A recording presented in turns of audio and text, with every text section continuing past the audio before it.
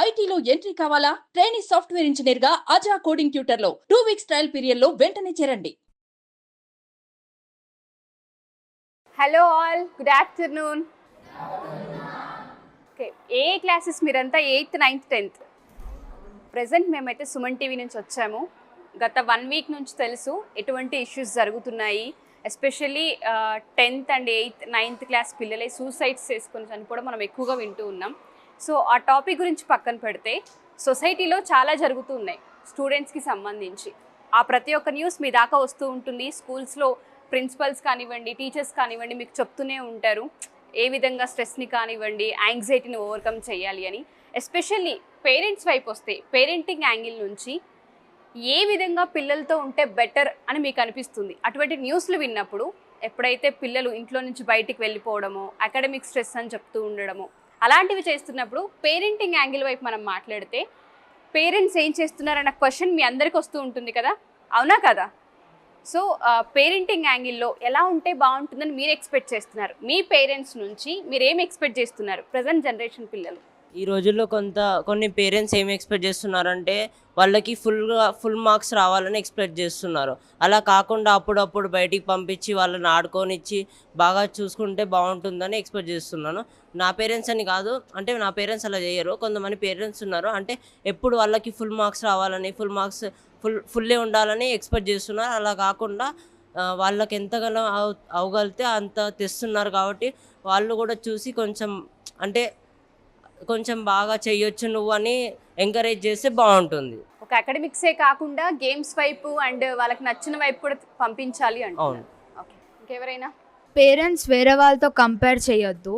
Parents పిల్లల మైండ్లో ఉన్నవన్నీ వాళ్ళు ఓపెన్ అప్ అయ్యేలాగా నార్మల్గా మాట్లాడి వాళ్ళ మైండ్లో ఏం జరుగుతుందో తెలుసుకోవాలి. అండ్ ఒక ఫ్రెండ్స్ లాగా మంచిగా అర్థం చేసుకొని మన ప్రాబ్లం ఉంటే దాన్ని సాల్వ్ చేసేలా ఉండాలి. పేరెంట్స్ అనేవాళ్ళు ఫ్రెండ్స్లా ఉండాలి, పిల్లలతో కంపారిజన్ చేయకూడదు. Thank you so much. ఇంతకుముందు చెప్పిన పాయింట్ ప్రకారం ఏంటంటే కంపారిజన్ జస్ట్ కొన్ని లిమిట్స్ కేపబిలిటీ ద్వారా చేయొచ్చు.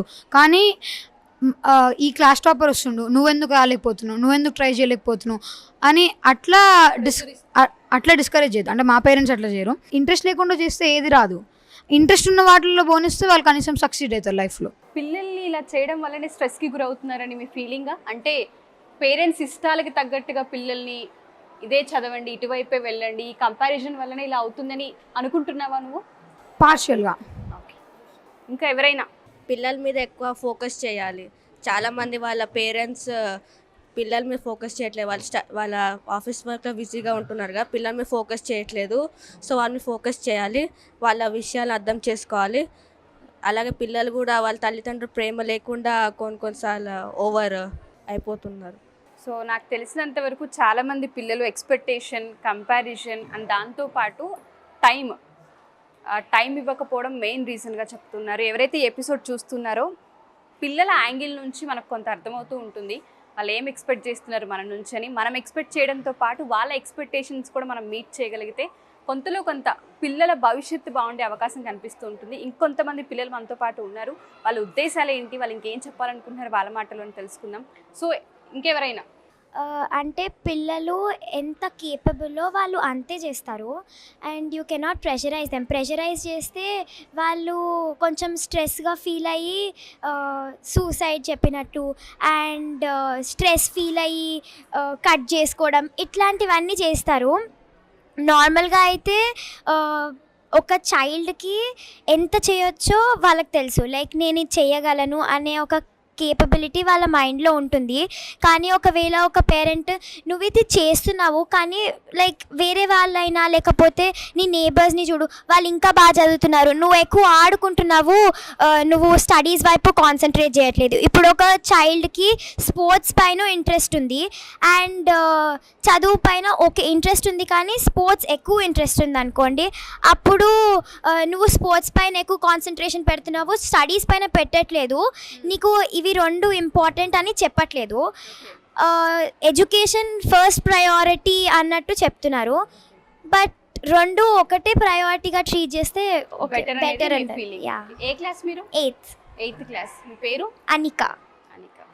చాలా వండర్ఫుల్, చాలా బాగా మాట్లాడావు. Thank you so much. ఇంకెవరైనా? వెల్ అంటే మా పేరెంట్స్ జనరలీ చాలా సపోర్టివ్గా ఉంటారు, కానీ there was a point in my life where నేను 6th క్లాస్లో ఉండే. నాకు ఆన్లైన్ క్లాసెస్ వల్ల చాలా యాంగ్జైటీ ఎక్కువ పెరిగిపోయింది. అయితే మా పేరెంట్స్కి అది వాయిస్ చేయడం నాకు చాలా కష్టంగా అనిపించింది.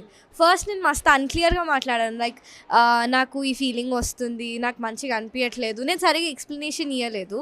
ఇంకా మా పేరెంట్స్కి కొంచెం కోపం వచ్చింది. అండ్ వాళ్ళ వైపు నుంచి నేను ఆలోచిస్తే ఆబ్వియస్లీ ఇరిటేషన్ వస్తుంది ఎవరికైనా. But growing up now that I'm in 8th grade, I've understood that maybe if they were a little bit more patient with us, నేను అంత ఎక్కువ ఏడవకపోతుంటి, నేను అంత ఎక్కువ గోల పెట్టకపోతుంటి. But obviously I really appreciate their effort for trying to understand how I feel.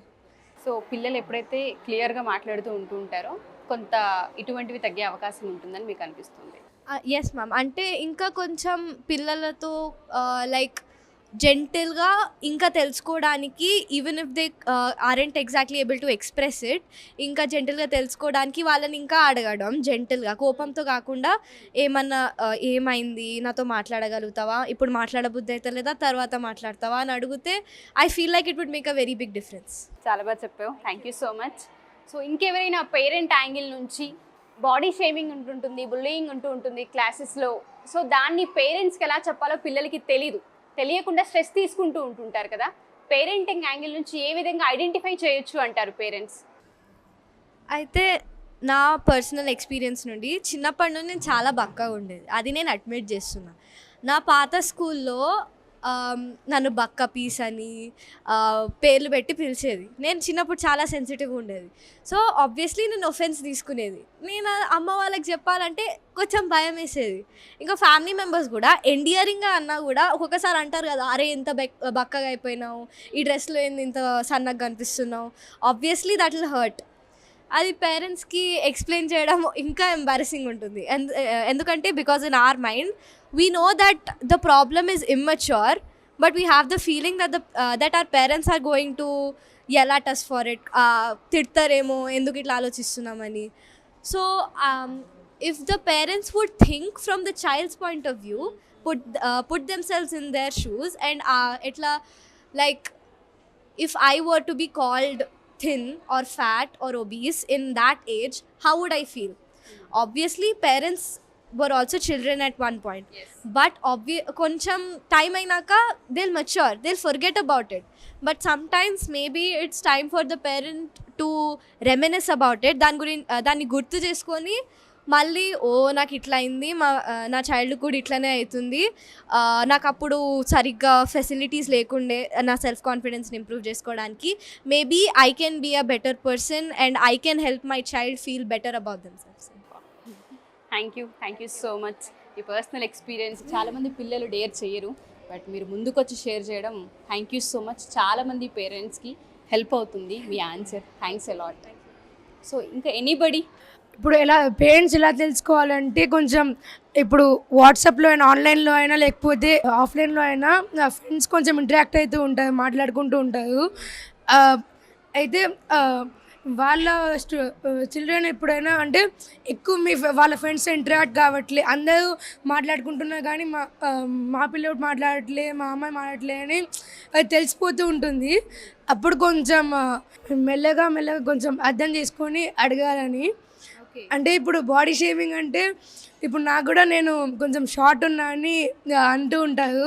దాన్ని ఎలా తీసుకుంటావు అసలు? అది నీకు ప్రెషర్ అనిపిస్తుందా, షై ఫీల్ వస్తూ ఉంటుందా? ప్రెషర్ లేదు, అది ఒక అంటే ఉన్నాను కాబట్టి ఏం చేయలేను దాన్ని ఏం యాక్సెప్ట్ చేస్తాను. కానీ చెప్పేవాళ్ళు కూడా కొంచెం అర్థం చేసుకోవాలి. ఇప్పుడు వాళ్ళకు కూడా కొన్ని డిసడ్వాంటేజెస్ ఉంటాయి, లోపాలు ఉంటాయి కాబట్టి ఇప్పుడు వాళ్ళు దాన్ని పాయింట్అవుట్ చేస్తే వాళ్ళకు కొంచెం ఉంటుంది కదా ఫీలింగ్, ఎదుటి వాళ్ళకు కూడా అది ఉంటుందని కొంచెం తెలుసుకోవాలి అని. Thank you so much.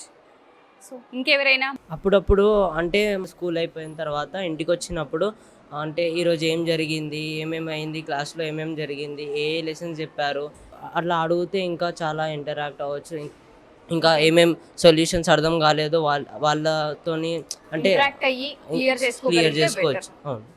Parents interact అవ్వాలి పిల్లలతో, వదిలేయకూడదు అనేది మీ ఒపీనియన్. అంటే సాయంత్రం వచ్చాక అడగడం, ఏమేమి టాపిక్స్ అయ్యాయి, ఏమేమి అర్థం కాలేదు, ఏ టీచర్ ఎలా చెప్పింది, నీకు ఏది అర్థం కాలేదో అడిగితే బాగుంటుందని. Thank you Thank so you. Much. ఇంకెవరైనా గర్ల్స్ ఎస్పెషల్లీ పర్సనల్ ప్రాబ్లమ్స్ కొన్ని ఉంటూ ఉంటాయి, ఎవరైనా వచ్చి మాట్లాడాలి అనుకుంటున్నారా వాటి గురించి? అంటే లైక్ ఇప్పుడు ఎక్కువ ఫ్యాట్ ఉన్నారనుకోండి, నువ్వు అంత ఎందుకు లైక్ ఏదైనా తింటుంటే నువ్వు అంత ఎందుకు తింటున్నావు అంటే నాకు ఆకలి వేస్తుంది నేను తింటున్నాను, కానీ నీకు ఆకలి వేసినా నువ్వు తినొద్దు, నువ్వు ఎంత ఉండాలో అంతే ఉండాలి, నువ్వు ఎక్కువ ఫ్యాట్ ఉండొద్దు అంటే మళ్ళీ అదొక సిచ్యువేషన్. నెక్స్ట్ ఒకవేళ ఎక్కువ తిన్నుంటే మనకి ఆకలి వేసేది ఆకలి వేయదు, కానీ ఒకవేళ ఆకలి వేయకపోతే నీకు ఎందుకు ఆకలి వేయట్లేదు, నీకు ఏం ప్రాబ్లం తినడానికి, నీ ఫుడ్ని కంప్లీట్ చేయొచ్చు కదా. మనం ఫుడ్ని కంప్లీట్ చేస్తాం కానీ ఇంకా వాళ్ళు ఎక్స్ట్రా పెట్టి నువ్వు ఎందుకు ఇది కంప్లీట్ చేయట్లేదు, నీకు అంత ఎక్కువ అవుతుందా లైక్ ఫుడ్ అంటారు కదా. సో మళ్ళీ ఒకవేళ ఇట్లాంటి సిచ్యువేషన్స్ని లైక్ పేరెంట్స్ అర్థం చేసుకొని నీకు ఇప్పుడు తినాలనిపించట్లేదా కొంతసేపు అయినాక తినొచ్చు అనొచ్చు, లేకపోతే నీకు అంత ఆకలి వేస్తుంటే ఓకే కొంచెం తిను కానీ కొంతసేపు అయినాక మళ్ళీ ఇంకొంచెం తిను అని లైక్ సపోర్ట్ చేయాలి. మళ్ళీ అలా డిస్క్రిమినేట్ చేస్తే స్ట్రెస్ అవుతుంది, ఇంకా ఫీల్ అవుతూ అంటే లైక్ వాళ్ళకు కూడా లోపల ఫీలింగ్స్ ఉంటాయి కదా. అంటే లైక్ నా ఫ్రెండ్స్ అంటున్నారు ఫస్ట్ థింగ్, ఇట్లా ఎక్కువ తింటున్నావు, పక్కన వాళ్ళ బాక్స్ నుంచి తినేస్తున్నావు, ఇక్కడ తినేస్తున్నావు, అక్కడ తినేస్తున్నావు, మళ్ళీ ఇంట్లో కూడా ఇదే సిచ్యువేషన్ ఫేస్ చేయాలంటే కొంచెం బర్డెన్ అవుతుంది. Thank you. ఎగ్జామ్స్ టైంలో కానివ్వండి, లేదు అంటే ఇన్ జనరల్గా కూడా కొన్నిసార్లు పిల్లలు కొన్ని పేరెంట్స్కి షేర్ చేయలేరు, మూడీగా ఉంటుంటారు. అటువంటి టైంలో పేరెంట్స్ ఏ విధంగా పిల్లల్ని అర్థం చేసుకుంటే బెటర్ అనేది మీ ఫీలింగ్?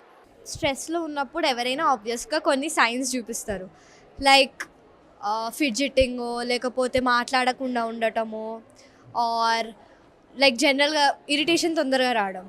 సో పేరెంట్స్ అట్లా పిల్లలు అట్లా స్నాప్ అయినప్పుడు వాళ్ళ మీద మళ్ళీ నీకు ఎందుకు ఏమైంది అని కోపంగా లేకుండా, oh no something is wrong here, maybe she or he is worried about something అని వెళ్ళి ఏమైందన్నా ఎగ్జామ్స్ ప్రెషర్ ఉందా, లేకపోతే లైక్ ఫ్రెండ్స్ ఏమైనా అన్నారా, మార్క్స్ తక్కువ వచ్చాయా అని జెంటల్గా అడగడం. First speaking from experience hesitate చేస్తారు ఆన్సర్ చేయడానికి, ఎందుకంటే మళ్ళీ నాన్న ఏమన్నా అంటే నేను ఏం చేస్తా, నాన్న ఎంత డిసప్పాయింట్ అవుతారు, నేను ఇట్లా సిల్లీ విషయాలకి ఎందుకు ఇంత ఫీల్ అయిపోతున్నా అని. కానీ after talking about it with my dad నాకు అర్థమైంది that slowly I don't have to worry about these things too much, ఎందుకంటే ఇవి టెంపరీయే కదా. స్ట్రెస్ ఎగ్జామ్స్ అయిపోయినాక మార్క్స్ వచ్చేసినాక కొంచెం తిడతారు, వదిలేస్తారు, మళ్ళీ సమ్మర్ హాలిడేస్ తర్వాత స్కూల్ స్టార్ట్ అయిపోతుంది. సిచ్యుయేషన్ పర్మనెంట్ అయితే అదే సిచ్యువేషన్ అయితే పర్మనెంట్ కాదు, కానీ హ్యాబిట్ అయితే పర్మనెంట్ అయిపోతుంది. మళ్ళీ చిన్న చిన్న వాటికి స్ట్రెస్ తీసుకోవడం వల్ల by the time we grow older మన షోల్డర్స్ ఇక్కడ వరకు వచ్చేస్తాయి, రింకిల్స్ 28 yearsకి వచ్చినాకనే రింకిల్స్ వచ్చేస్తాయి ఆబ్వియస్లీ అంత స్ట్రెస్ తీసుకుంటే. సో పేరెంట్స్ జెంటిల్గా పిల్లలకు లైక్ ఎక్స్ప్లెయిన్ చేస్తుంటే వాళ్ళ స్ట్రెస్ తక్కువ అవుతుంది, ట్రస్ట్ కూడా పెరుగుతుంది. So the kids don't have to worry about being yelled at or being scolded. నాకు కూడా చిన్నప్పుడు అంటే నాన్నకు చెప్పడం ఫుల్ భయం వేసేది, యాక్చువల్లీ ఎట్లా చెప్పాలో అర్థం కాకపోయేది, ఏదేదో వాగుతుంటే నాన్నకి ఇరిటేషన్ వచ్చేది, నేను ఏడ్చేది. మెల్లగా నేను నా ఫీలింగ్స్ నా కంట్రోల్లో ఉంచుకోవడానికి ట్రై చేసుకున్నా, ఆర్టిక్యులేట్ చేశాను నాకు ఎట్లా నా థింకింగ్ ప్రాసెస్ ఏంటి, నాన్నతో ఏం అడగాలని ఉంది, what am I expecting from my father అని. ఆ ఎక్స్పెక్టేషన్స్ యాక్చువల్గా అయితే లేదో నేను ఆలోచించిన. అయినాక after getting a clear idea of what I want and not exactly knowing what I need and asking my father about it, I'm much more mature and I understand that I don't have to take stress for every single thing and I can share anything with my parents because I know that వాళ్ళు తిట్టినా కూడా joke చేసినా కూడా all they want is for me to be happy. అది మీలాగా ప్రతి child కూడా అర్థం చేసుకోగలిగితే ఇవాళ ఆ సూసైడ్స్ అవన్నీ జరిగేవి కాదు. Thank you so much, thanks a lot. Thank you so much, wonderful answers. ప్రతి ఒక్క పేరెంట్స్కి కూడా యాక్చువల్గా తెలీదు పిల్లలకి ఏం కావాలి, ఏం ఎక్స్పెక్ట్ చేస్తున్నారు అనేది. ఎప్పుడు వాళ్ళ ఎక్స్పెక్టేషన్సే మాట్లాడుతూ ఉంటారు. సో మీ ద్వారా కొంత పేరెంట్స్కి ఒక క్లారిటీ వచ్చే ఒక చిన్న స్కోప్ వాళ్ళకి దొరికింది. Thank you so much. ఇక్కడికి మేము వచ్చినందుకు, దానికి తగ్గట్టుగా మీరు ఆన్సర్స్ ఇచ్చినందుకు మేము చాలా బ్లెస్డ్గా ఫీల్ అవుతున్నాం. ఎంతోమంది పేరెంట్స్కి మీ ఆన్సర్స్ హెల్ప్ అవుతాయని. Thank you so much, thanks allot. So ఎవరైనా సరే పేరెంట్స్ ఈ ఎపిసోడ్ కనుక చూస్తుంటే 1-2 సార్లు ఎపిసోడ్ని రిపీటెడ్గా చూస్తూ ఉండండి. ఇక్కడ చాలామంది పిల్లలు కొన్నిటికి ఆన్సర్ చేసి ఉన్నారు. స్ట్రెస్ ఎందుకు వస్తుంటుంది, ఏ విధంగా పిల్లల్ని చూసుకుంటే బెటర్, పేరెంట్స్ నుంచి వాళ్ళ ఎక్స్పెక్టేషన్స్ ఏమున్నాయి అన్న వాటిపైన క్లియర్ పిక్చర్ వాళ్ళు మనకు అందించారు. సో ఎవరైనా సరే పేరెంట్స్ ఈ ఎపిసోడ్ చూస్తే, పిల్లలు ఇఫ్ ఇన్ కేస్ చూసినా మీ పేరెంట్స్ వీటిని షేర్ చేయండి. అండ్ ఈ వీడియో కనుక మీకు నచ్చినట్లయితే లైక్ చేయండి, షేర్ చేయండి. దాంతోపాటు కామెంట్ రూపంలో నాకు కామెంట్స్ తెలియచేయండి. Thank you.